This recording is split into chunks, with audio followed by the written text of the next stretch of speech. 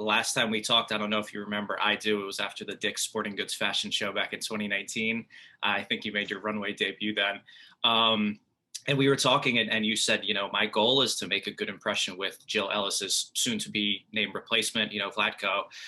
With that being said, what kind of impression do you feel you've made since 2019, and what would it mean for you to make this upcoming Olympic roster? I think for me, it's just a matter of continuing to perform, continuing to get better. As life goes on, you evolve as a person and a player, in my case, and the game of soccer has evolved, which is absolutely amazing. So I've just tried to continue to evolve my game and continue to push. I think that the sky is the limit. With myself to be able to continue to get better. And I'm just always looking for ways to get better and better. And so when Vlatko's come in, I've been really excited. He's one of the best coaches I've ever played for, very knowledgeable of the game, a fantastic human being. I think that we always forget that there's a human element to this as well. And so he's just been fantastic. I think he's pushed our team to become even better. He's pushed me as a player. I've been just soaking up all the tips and watching film and just finding ways to get better to continue to help the team. So I've been enjoying it. And at the same time, there's never a guarantee. I think that he's given everyone a fair shot of earning a starting role or even just earning a roster spot, and ultimately it's been up to each player to perform and work hard and perform in training. And so I just really respect the fact that in my case, he's not viewing my age as I'm too old. If I can perform and I'm doing well, he's going to give me a chance. And that's all I can honestly ask for. So it's been great. Mm-hmm. You mentioned how you're continuing to evolve and learn. And, I know a lot of athletes might be set in their ways or something like that. They're like, I've had success and not necessarily changing how they kind of perform or train. So, maybe take me through some of those things. Is it on field? Is it off the field? A combination of both for you? Like talk about the evolution of Carli Lloyd here, especially in the last, year or so. Well, going on 17 years, being a part of this team, it's the long game approach. It's not short, quick success. It's just doing everything right from start to finish. And in the beginning, I wasn't a fit player. I wasn't mentally tough. And so I worked on my weaknesses and turned them into my strengths. And because I did that, here I am, soon to be 39. I'm in the best shape of my life. It never gets any easier, but I've gone through so much, and I'm so much more mature and mentally tough to be able to withstand anything that comes my way. And so I've never been afraid of doing things that I'm not good at. In fact, that's all I look at. I look at things after a game, after training. I'm like, you know what, this wasn't good enough. I've got to be better at that. And I just tackle it day by day, month by month, year by year, and just always just finding ways to become better. And I would say now, after my knee injury, I've had some life changes. I've cut ties with my longtime trainer, which, after 17 years is a pretty big deal. I started working with a new guy, Danny, to do individual ball work with me. And then I found a strength guy, Chris, who has just, turned me into this fast, explosive player. I was able to just break a barrier there. And then I just do my running on my own and team training and whatnot. But it's just never switching off. It's finding ways to keep getting better and keep evolving. And, my approach is stepping out on the field as if it's my first time ever being out there. I take nothing for granted. Doesn't matter what I've accomplished. It doesn't matter what success has come my way. I'm just hungry to keep getting better and just be full throttle until the day I retire. Mm-hmm. You mentioned the knee injury. Talk about going through that, and like you said, you've come out of it stronger, physically, mentally. And how much did the Olympic postponement? I know everyone was so excited for the Olympics last year, obviously with COVID, but how much did that help you now, giving you time to kind of recover and get back in a groove, knowing that they're going to be this summer instead? I think it gave me a lot of time to pause, to reflect, to be at home. I was at home for 10 months. I can't remember the last time that's ever happened. Got to spend a lot of time with my husband, which was great. And yeah, I had a lot of changes. The first was, my dealing with my knee injury. Took some time off. It wasn't getting better. And then obviously, had to get a second opinion and go under the knife, unfortunately. But I believe things happen for a reason. I believe people come in and out of your life for a reason. Everything that's been part of my journey is my story, and I'm grateful for that. But 2020 brought some really good things to me. I reunited with my family. Olympics are postponed, and they get to be part of this now. It's been a really long time. So I don't know, I think when you have some changes, some good things, come your way, and been very grateful for the people in my life, and just, everybody, helping me get better. But it's it's been fun. I mean, I've never felt this good in my career. I think it gave me a nice mental, physical break, those 10 months. And I just have a lot of, motivation to keep going. And yeah, it's been enjoyable. So we'll find out tomorrow morning on Good Morning America whether or not you're part of the team who's comprised of the 18-person roster here. What are you feeling right now? Are you excited? Are you nervous? Confident? A little bit of everything? Yeah, it's always a nerve-wracking feeling because you just don't know. You've put in the work, you've given it everything you have. I'm confident in the way that I'm performing, and not just performing in games. It's training sessions as well. Like I said, Vlatko sees everything. It's on the field, it's off the field, it's experience, it's leadership, it's a lot of different things that factor in. But it's an incredibly hard roster to crack because there's 18 players.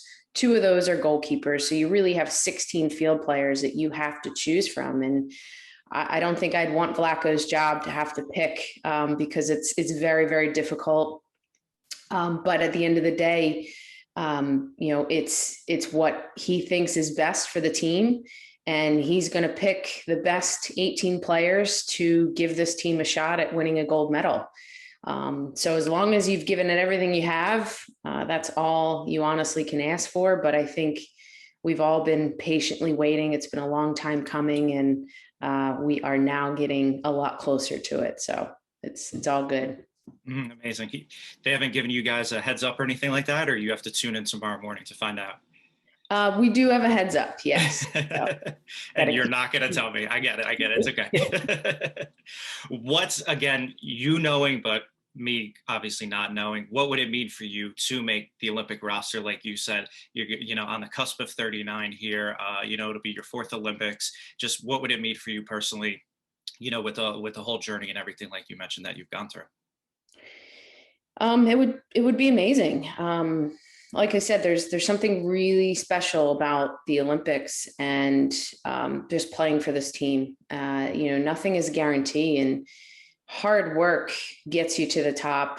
Extreme hard work keeps you at the top. And I'm just, grateful to be able to continue to still play and live out my dream. And there's nothing I would want more than, to make the team, help the team win a gold medal. I think that those of us that were there in 2016, it was a really difficult time. We were out of there really early, and for the first time in my career, I was sitting at home watching the rest of the Olympics that month. So it was tough, but it's always an honor to represent this team and just be a part of such an amazing group of players, staff, and everyone.